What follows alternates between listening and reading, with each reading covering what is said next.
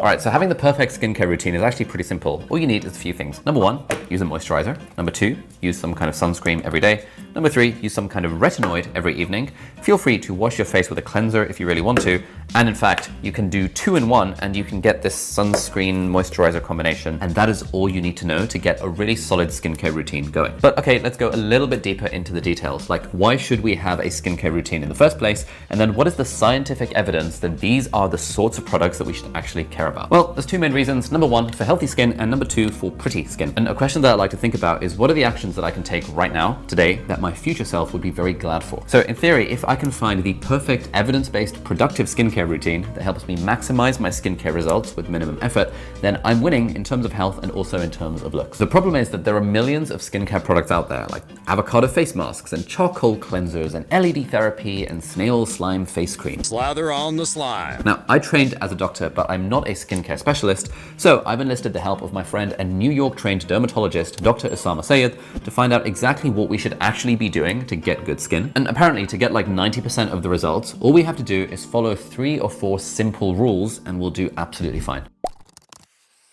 So why should we actually use a moisturizer? Well, the most important thing that the skin does is that it acts as a barrier to the outside world, and it keeps irritants and allergens outside of our body and locks in moisture. If our skin loses moisture and gets dry and cracked, that barrier gets weakened, which means inflamed, red, itchy skin, and you might even get infections. And the way the skin is built is that they call it a brick and mortar system, where you have the little cells, which are the bricks called the keratinocytes, and you have the mortar, which is like the little paste in between it, made up of different types of fats and proteins. Now, what these moisturizers do, especially the ones that are evidence-based, is they will replenish that layer of paste to help keep that barrier intact so you don't lose moisture, therefore you don't have inflammation, itchy skin. Now, anyone can get dry skin, but you're especially likely to get it after having a hot shower because that dries out your skin and strips away your natural protective layer of oils. So we want to find a good moisturizer that rehydrates that skin, replaces our natural fats and proteins, and helps keep the skin barrier intact. So what sort of moisturizer do we actually want to get? Well, Osama's main recommendations for moisturizer are any standard product from Eucerin, CeraVe, or La Roche-Posay,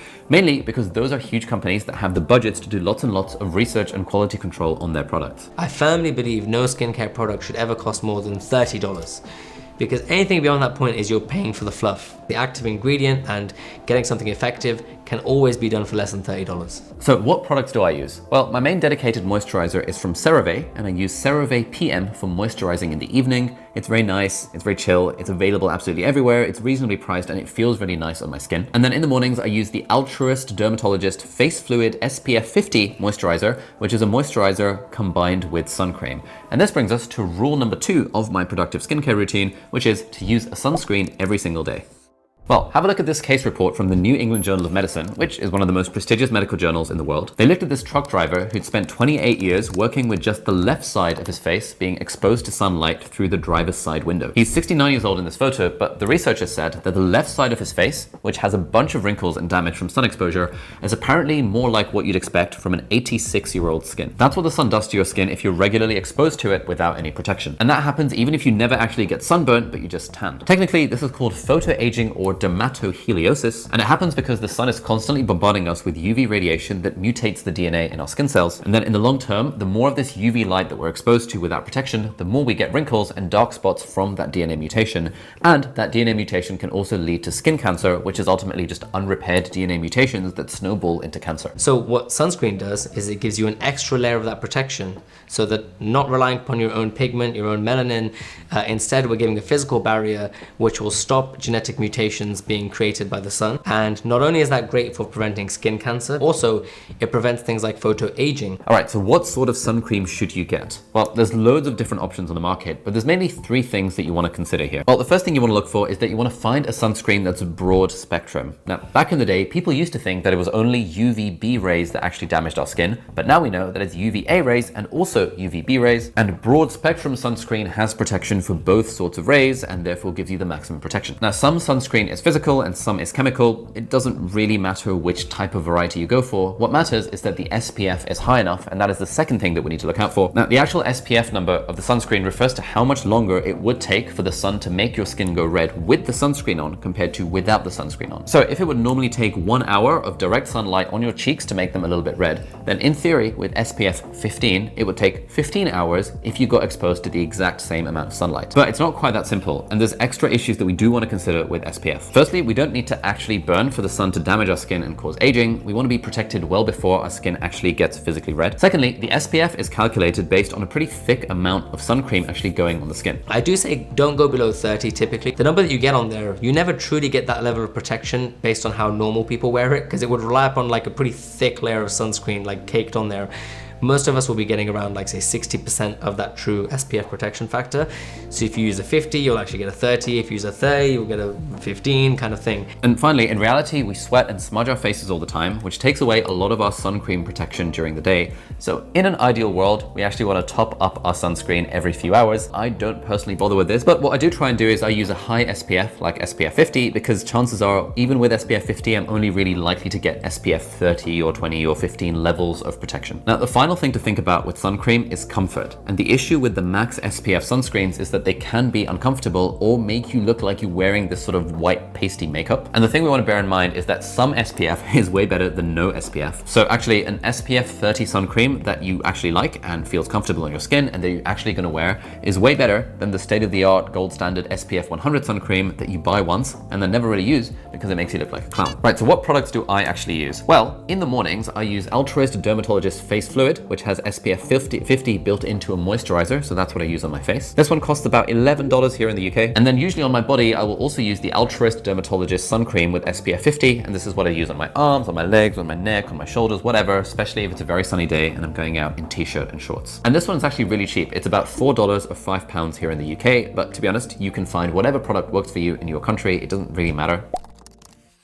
Right, so this one is a little bit more rogue. So we've all probably heard of moisturizers and sunscreen, but most people have not heard of retinoids. And in fact, I hadn't really heard of retinoids as being good for normal people's skin, even though I went to med school. I'd only really heard of retinoids being a treatment for acne, and that's exactly what they started out as. It was like this vitamin A based treatment for acne in the 1970s, but then researchers found that the active ingredient, retinol, actually had a bunch of anti-aging effects as well. I think it is as close as possible to a miracle ingredient that you'll get anywhere in the world of skincare. When it comes to retinoids, they genuinely lay a credible scientific case for helping reduce pigment unevenness, helping to minimize wrinkles, help to minimize acne breakouts, and they do all of these things to a level where it's noticed in clinical trial data and on biopsy samples from the skin. Something that does all of those things with minimal to no downside, I consider that to be something which it really is worth your time. Now, there's been a ton of research and studies into retinoids, and like Osama says,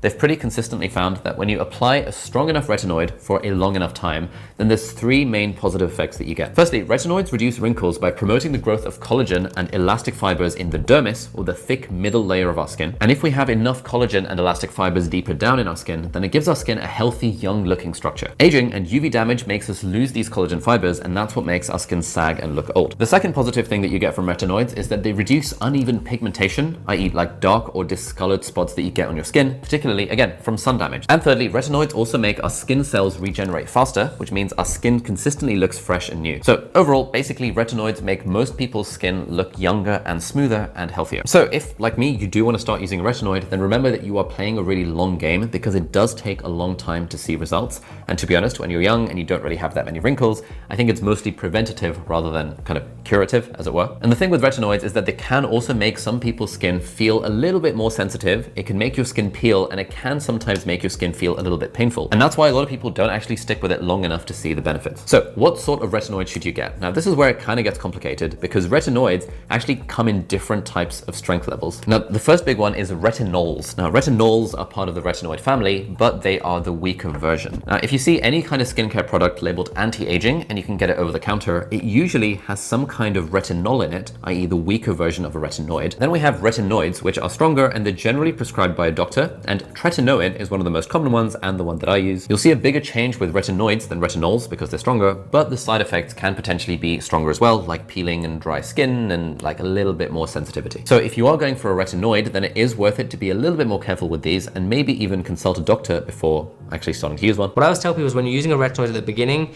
it should make you feel a little bit dry at least. If it doesn't even teeter on the edge of making you feel a bit dry, you wonder whether you need a higher strength because maybe your skin is just more tolerant and maybe you need to apply more.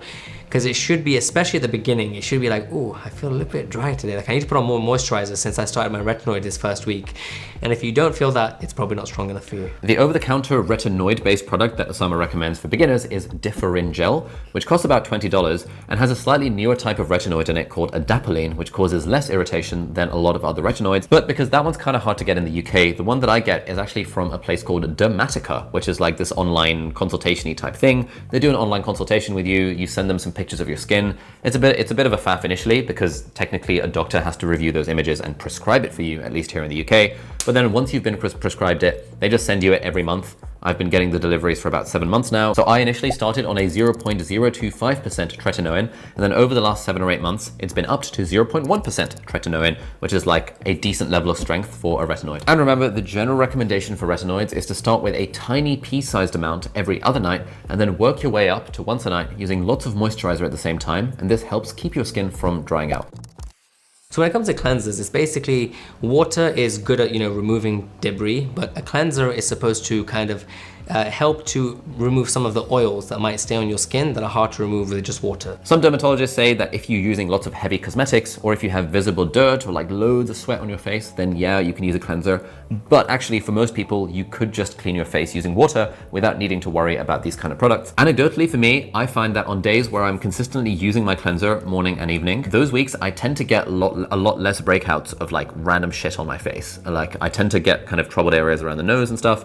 And generally I find that if I've forgotten to cleanse, then I'm more prone to those kind of things. So n equals 1, but yeah, this is rule number 4 and it's a little bit optional. It will have some benefit incrementally and you should focus on a hydrating cleanser that doesn't end up stripping your skin of all the oils and leaving you feeling tight.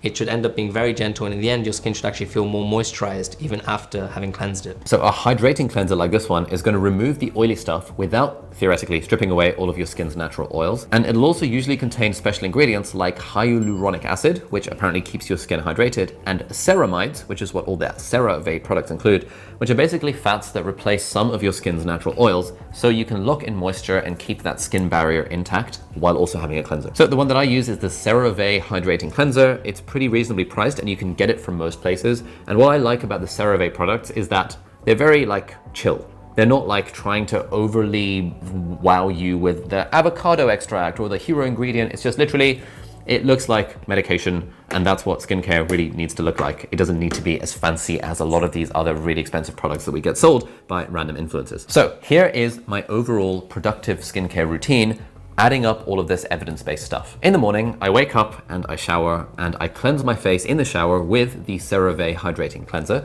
And then when I'm out of the shower, I dry my face with a face towel and I put on the Altruist SPF 50 face fluid, which is the sunscreen and moisturizer rolled into one. So just 2 products in the morning and it's super nice and easy. And then in the evening after brushing my teeth, I generally wash my face with warm water. And again, I use the CeraVe Hydrating Cleanser in the sink. And then again, I dry my face with a face towel and then I put on my Dermatica retinoid cream. And then after giving it a few minutes to settle in, I moisturize with the CeraVe PM moisturizing lotion and that feels pretty good. And that's it. Like honestly, before having this extensive conversation with Osama and a few other dermatologists to be like, what should I actually be using for my skincare routine? I thought skincare was gonna be this complicated thing and I didn't want to bother with it. But now, like once I saw the before and after photos and once I spoke to dermatologists and they were like, yeah, these are the only 3 or 4 products that actually matter. It simplified the whole thing. And now I've been using this kind of productive skincare routine for the past 8 months, I think now. You can also find my full interview with Osama about skincare on my vlog channel. He goes in depth on more products and treatments that he'd recommend, so check it out if you like. And if you're interested in more legit skincare advice from an actual board certified dermatologist, then definitely check out Osama's channel linked down in the video description. Hope you enjoyed the video, hope you got something out of it, and hopefully see you in the next one. Bye-bye. Looking for a review of the iPhone 14 Pro, which is one of the latest models of Apple smartphones.